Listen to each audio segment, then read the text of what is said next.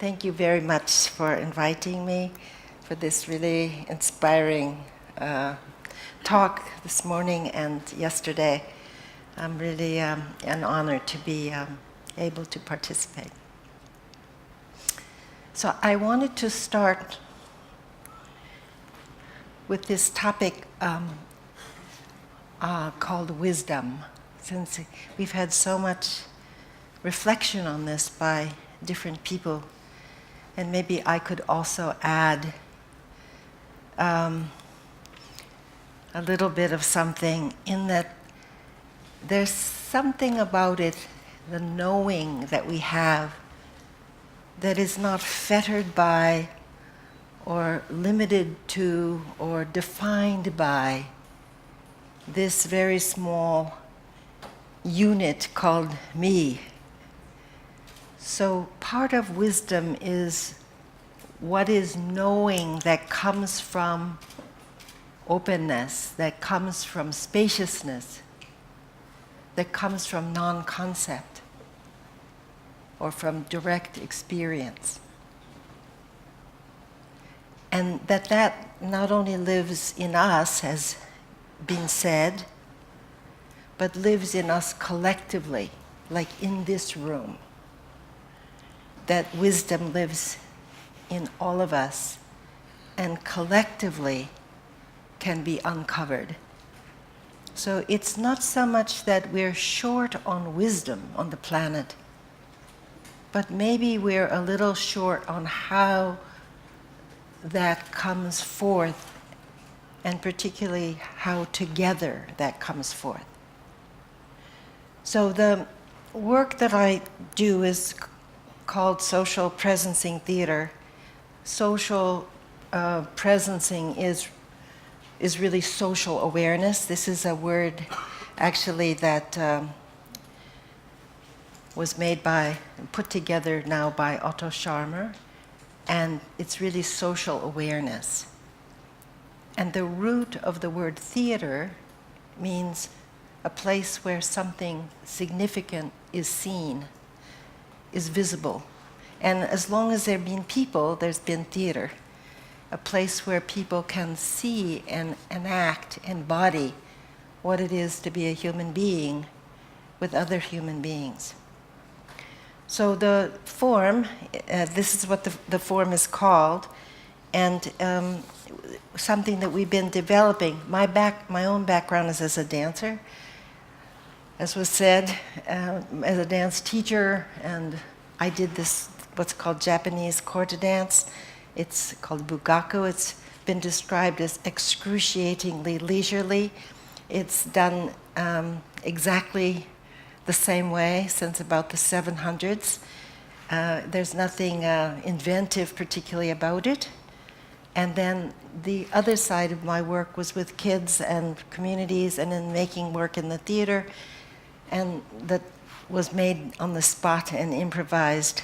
And so both of these forms require a certain kind of paying attention to the body, to the others, to the community, sometimes to music or visual artists or whoever is making with us. So in 2004, I met Otto Scharmer, who you'll meet this afternoon if you haven't met him before. He articulates this theory called the you theory, completely kind of natural and creative way of making a society.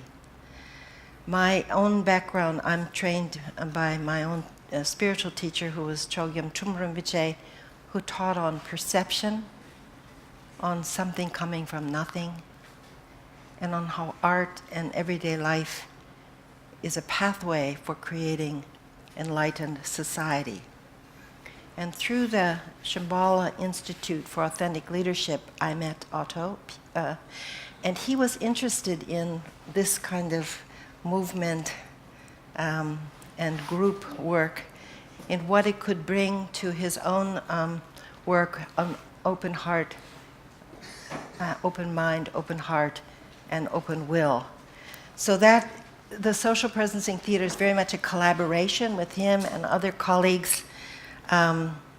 We make stuff up together, basically, And that's what we make up, we call social presencing theater. It starts very much with the body, as we have in our workshop today, with this body that we live in, and how this body is planted on this earth, this good Mother Earth body, that it always stays connected, this body. So your body, right, that you can feel that you live there, it's home, and that its language, the body's language, is feeling. So not feeling like emotion particularly, but it's a feeling sense of living in this body. And that's the basis of the work, the sense that we're not always captured by discursiveness, by ideas, by projections, but that there's some ability to let the thinking mind like step to the back and let the feeling body come forward as a voice in the conversation, as a voice in terms of what it is to be a human being. So we start like we did yesterday.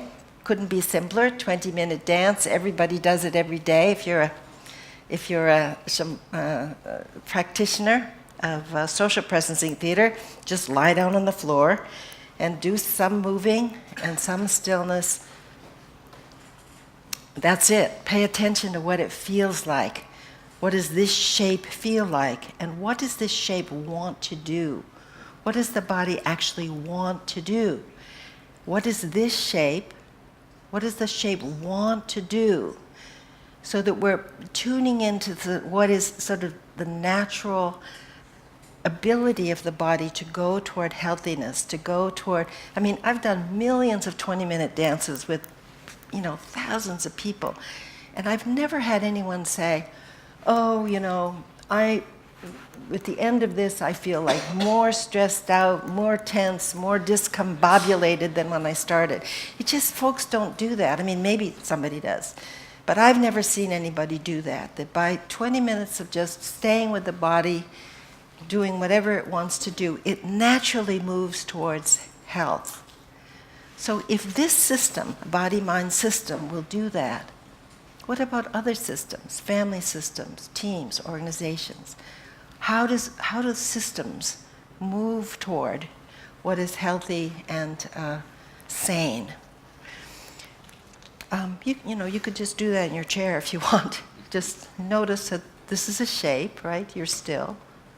And then you shift. That's a movement, right? And then you're still. And then you move. So what is it? Like, what is the motive force that inspires change? So the premise is that this body-mind, when it's synchronized on this earth planet between the sky and the heaven, that's a good thing. And that for no reason whatsoever, that in itself is a sense of being, a sense of well-being, and that there's an unconditional kind of confidence that comes from that. And that's experienceable, it's available, it's naturally connected, it's naturally curious, it extends out. So this peculiar little drawing, these are all little body minds. And body minds, they don't stay like, what about me, what about me? They naturally, when there's a little bit of groundedness and a little bit of, they naturally extend out. And this is now moves into this idea of the social body. So social bodies, the practice is a little village. We did this yesterday in the workshop. Just by walking and turning and sitting and standing together, if we all did this in the room together, the practice is to extend out. So it's not just that I feel my body, but I feel myself as part of a social body, right? This is a social body here. So that practice, do we feel that when you're on an airplane, which many of us are on a lot? Do I feel this is the flight 277 social body, right? Or this is the subway social body? Because for that time, right, the time that takes me to get from here to there, This is the social body. It creates a certain social reality. It creates what is a social fabric. We don't have to be talking to each other, but it's a feeling quality that together we share in something and we create something which is a little society. So how does that work? How do we make social reality, social fabric? The practice is a village. So here's a bunch of folks doing practically nothing. They walk, they turn, they stand, they pay attention. They join in when somebody's doing something that looks interesting. They notice what it's like to be in the center or on the fringe, the periphery. They do the same as, they contrast, they're attracted, they're open to something, or we feel that we close down, right? Every moment there's a bigger or a smaller open, close, open, close. It happens all the time, right? That there's a sense of moving forward, or there's a sense of having an opinion, an assumption, a worry, a tendency to push away or deny or seduce or complain about or whatever. It happens all the time. So we're just noticing that, since we can't talk or we don't have any goal particularly, we just notice the dynamic of what it is to be a human with a bunch of other humans, and what is it that we make together? What is it that we can co-create together?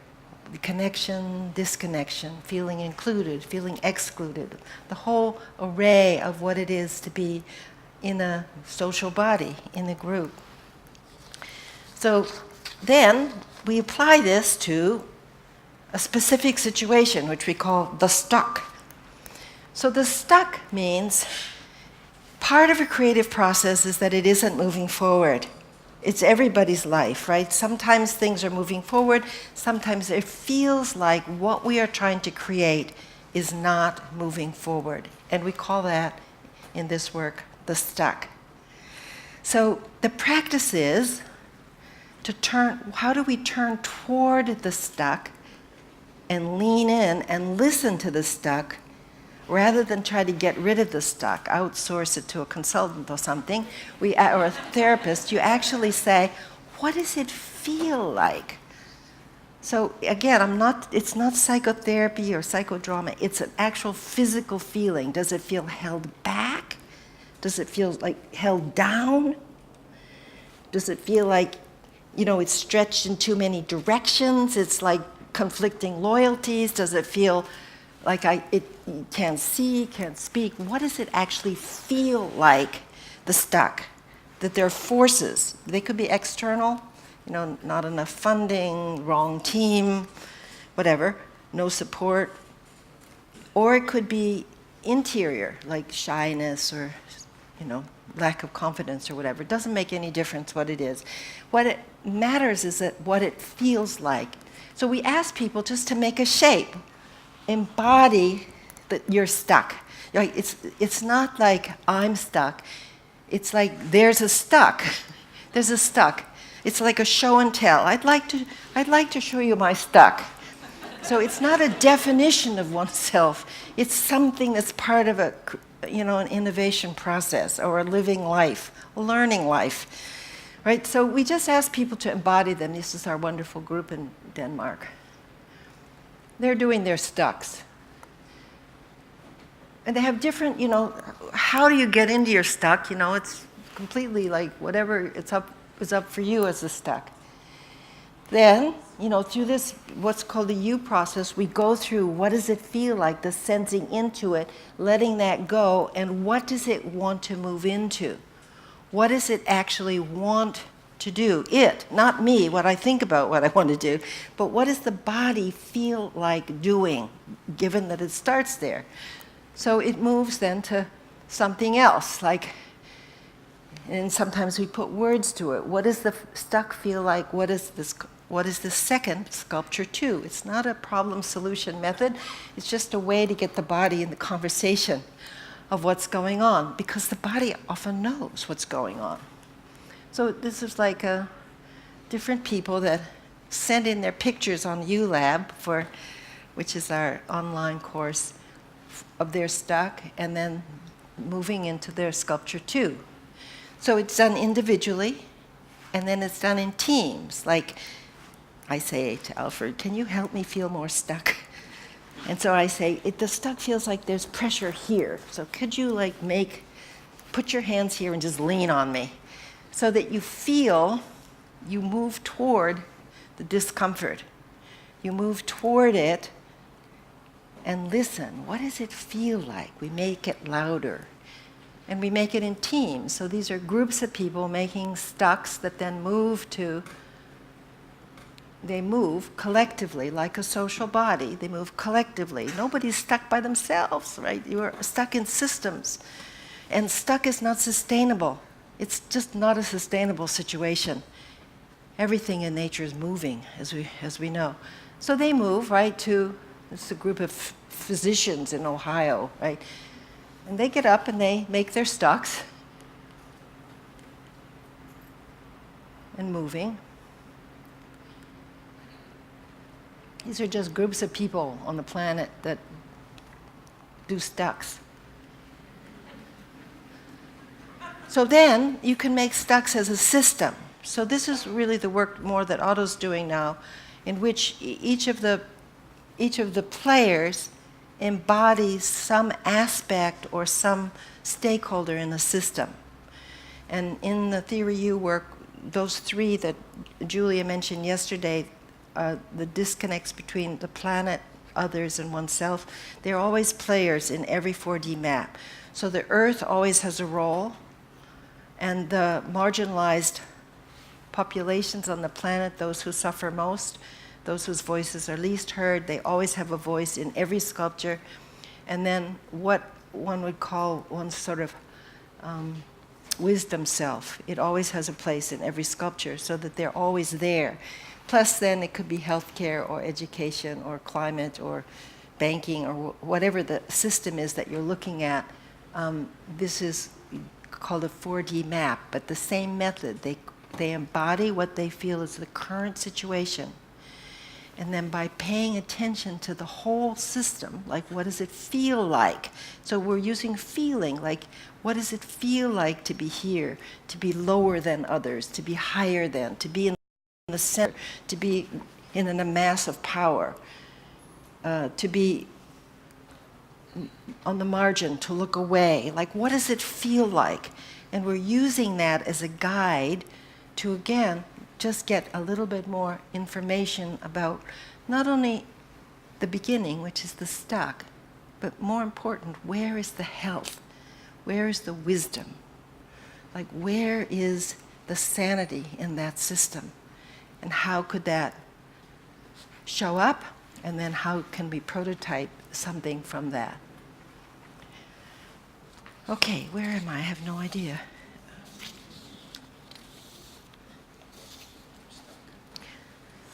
Oh yeah, so just going to finish here. Several of us at Presencing Institute are working with education, K through 12 education. And we're using Otto Scharmer's model of generative education. What is ecosystem-based education rather than ecosystem, in terms of relationship between the student and the learner and the teacher, as it were, and then how the system can shift with that based upon the feeling of that particular relationship. I'm sure when Otto speaks this afternoon, he might go over the matrix, maybe not specifically around education, but that's what we're working with. And I'm working mostly in schools in South Los Angeles, South Central Los Angeles, in high schools. So there's a little video which apparently, unfortunately, I can't show because of some technical difficulty, but here are some, anyway, still pictures of the kids and teachers using this method, the social presencing theater. We often, with kids, use Polaroids, and so, or Play-Doh or something that they can also look at their stuck from the outside. Teachers trying to kind of get a feeling for a method. This is another method for teachers co-creating with us things that they can do in their classrooms. We have this wonderful woman here in Norway, Ingvild Overland, and she's doing this work with kids in kindergarten schools here in Norway, and also now in China. So her work is very much part of what we're doing. So this is you'll have to visualize these kids, but basically, we're talking about like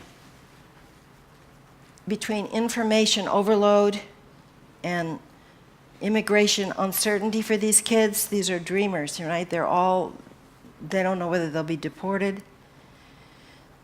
And just academic pressure. Most of them live in households where they don't speak English as their first language, and they're expected to test and to take SATs and to get into college or some kind of post-high school education. Plus, they live in poverty and in violence. And in that system, what is it to learn, right? What is it to be able to learn? I can't even imagine learning in that situation. And yet these kids and teachers work in that systemic oppression continually, and they learn. And so it's very inspiring to see that they can get into these practices that then allow them to talk about what it is in their life. And some of them, hardly talk at all about their personal situation, and many of them feel very isolated and alone.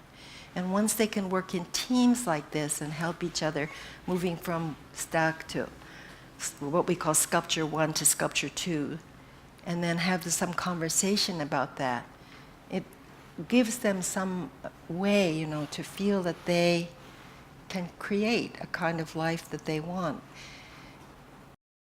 There's very little support for that. It's one thing to be in a school for a while. It's quite another thing to feel that makes enough impact to change a system, even one school. But that's the journey that we're on now.